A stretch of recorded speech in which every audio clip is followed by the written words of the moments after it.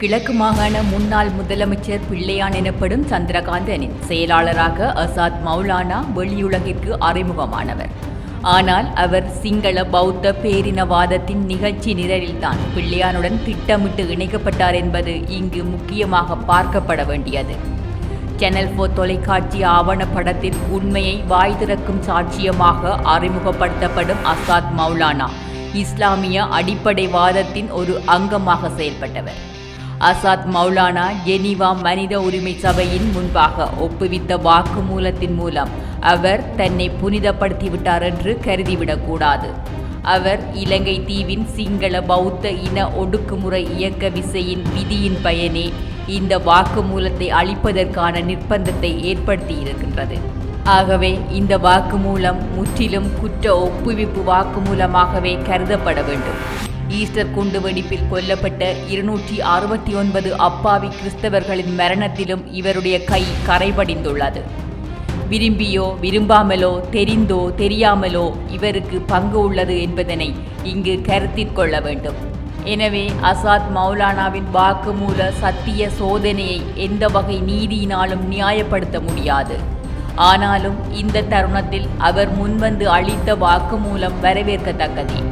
அசாத் மௌலானாவின் வாக்குமூலத்தின் மூலம் ஈஸ்டர் குண்டு தாக்குதலும் அந்த குண்டு தாக்குதலுக்கு பின்னால் இருந்த பலருடைய முகங்களும் வெளிக்கொண்டு வரப்படுகின்றது. இந்த தாக்குதலுக்கு பலர் அம்புகளாக பயன்படுத்தப்பட்டிருக்கிறார்கள். அவர்களின் விவரங்களும் வெளிக்கொண்டு வரப்படுகின்றது. இந்த குண்டு தாக்குதலின் ஒரு அங்கமாக அசாத் மௌலானா தானும் செயற்பட்டார் என்பதை அவர் ஒப்புக்கொண்டிருக்கின்றார்.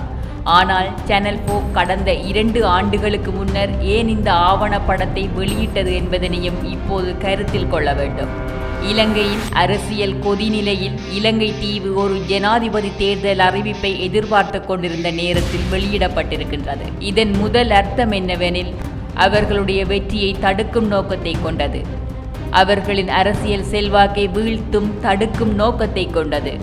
இந்த ஆவணப்படத்தின் பின்னணியில் மேலை தேசத்தின் கரங்கள் உள்ளன என்பதனையும் இது வெளிக்காட்டுகிறது. இதன் மூலம் இலங்கை அரசியலில் மேற்குலகத்தின் ஆதரவு சக்திகள் செல்வாக்கு செலுத்த வேண்டும் என்பது அப்பட்டமாக தெரிகின்றது. எது எப்படி இருப்பினும் இலங்கை அரசியலில் யார் ஆதிக்கம் செலுத்தினாலும் இலங்கையின் ஆளும் குலாம் என்பது மகாவம்ச மனநிலையில் இருந்து ஒருபோதும் வெளியே வர மாட்டாது.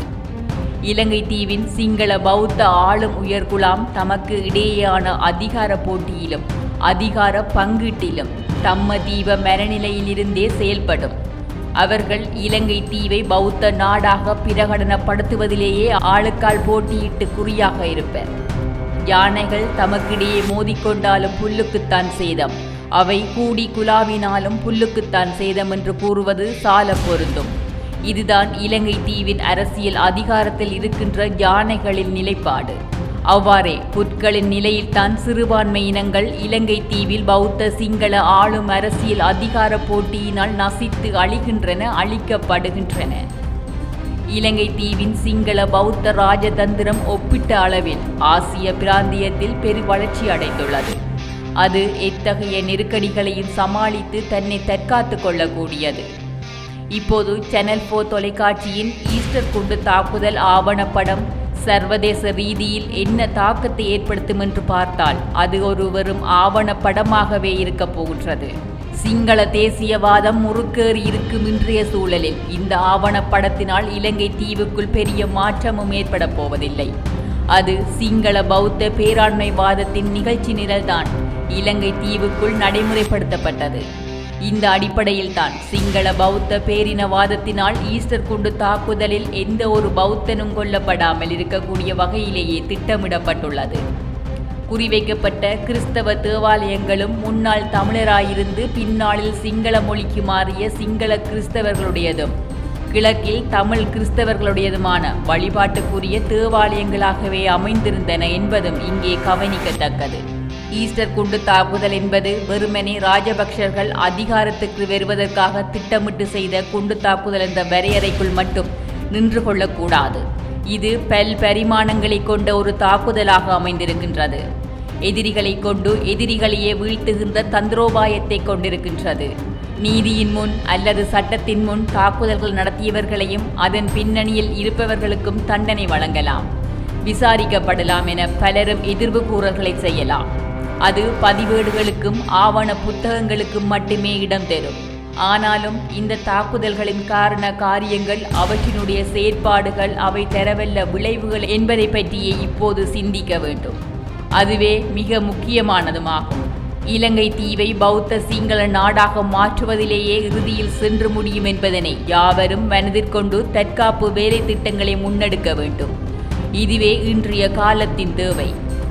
அதுபோலவேதான் உயிர்த்த ஞாயிறு குண்டு தாக்குதல் சம்பவத்தில் பிள்ளையான் ஒரு கருவி. அவரை கையாண்ட கர்த்தா என கூறப்படும் கோட்டாபாய ராஜபக்ஷவை ஏன் கைது செய்து இன்னும் விசாரிக்கவில்லை? சர்வதேச செய்தி சேவைக்கு முன்னாள் ஜனாதிபதி கோட்டாபாய ராஜபக்ஷ வழங்கிய நேர்காணலில் முக்கிய விடயங்களை வெளிப்படுத்தியிருந்தார். பிள்ளையானை கைது செய்து சிறையில் வைத்துள்ளார்கள். அவர் குற்றங்களுக்கு தண்டனை அனுபவிக்க வேண்டும், அதற்கு மாற்று கருத்து இல்லை.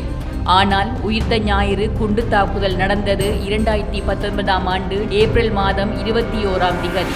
அதே மாதம் 27ஆம் திகதி கோட்டாபாய ராஜபக்ஷ சர்வதேச செய்திக்கு இஸ்லாம் மதத்தினால் இந்த மண்ணில் எவ்வாறு தீமை நடக்கப் போகின்றது, இஸ்லாம் மதம் இந்த நாட்டை எவ்வாறு அழிக்கப் போகின்றது, இதற்கு பின்னால் யார் இருந்தார்கள் என்பதனை சொல்லியிருந்தார். ஆகவே அவரின் அந்த கருத்துக்களை பார்க்கும்போது பிள்ளையான் ஒரு கருவி மட்டுமே. கர்த்தாவான கோட்டாபாய ராஜபக்ஷ ஏன் இந்த நாட்டில் இன்னும் விசாரிக்கப்படவில்லை என்ற மாபெரும் கேள்விக்கு தற்போதைய அரசாங்கத்திடம் பதில் இருக்கின்றதா? ஈஸ்டர் குண்டு தாக்குதலை வைத்தே 2019ஆம் ஆண்டு ராஜபக்ஷவினர் அரசியல் நடத்தினர். கோட்டாபாய ஜனாதிபதியானதும் இந்த ஈஸ்டர் தாக்குதல் பிரசார முழக்கங்களால் தான். தற்போதைய அரசாங்கமும் விதிவிலக்கல்ல. அவர்களும் இந்த ஈஸ்டர் தாக்குதலை அரசியல் மையமாக கொண்டே தெற்கில் வாக்குகளை பெற்றார்கள். அதனை நிறைவேற்றுவதாக காட்டிக்கொள்வதற்கே பிள்ளையானை கைது செய்தார்கள். ஆனால் இப்போது ஈஸ்டர் குண்டு தாக்குதல் தவிர்ந்த ஏனைய பழைய விசாரணைகளை முடுக்கிவிட்டுள்ளனர். இடையிடையே ஈஸ்டர் தாக்குதல் தொடர்பில் நாடாளுமன்ற அமர்வுகளில் விவாதிப்பதுடன் நின்று விடுகின்றது. இந்த தாக்குதல் இஸ்லாமிய அடிப்படைவாத தாக்குதலாக சித்தரிக்கப்பட்டாலும் அது பரிமாணங்கள் கொண்டதாக இன அழிப்பு, இன சுத்திகரிப்பு மூலோபாயங்களை கொண்ட ஆபத்தான போக்காகும். இது போன்ற செய்திகளை தெரிந்து கொள்ள சமூகம் நியூஸ் சேனலை சப்ஸ்கிரைப் செய்து அருகில் உள்ள பெல் பட்டனை கிளிக் செய்யுங்கள். மேலும் இது போன்ற செய்திகளை உடனுக்குடன் தெரிந்து கொள்ள சமூகமீடியா.com என்ற இணையதளத்தின் வாயிலாகவும் எங்களுடன் இணைந்திருங்கள்.